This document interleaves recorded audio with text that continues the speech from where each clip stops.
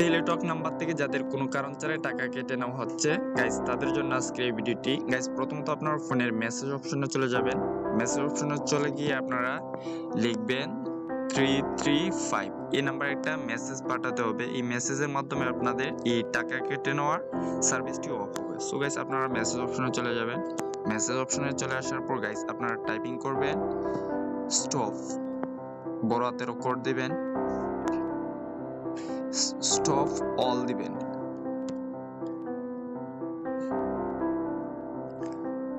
Stop all দেওয়ার পর guys আপনারা যে সেন্ড এসএমএস, তো এই সেন্ড এসএমএস এ আপনারা ক্লিক করে দিবেন।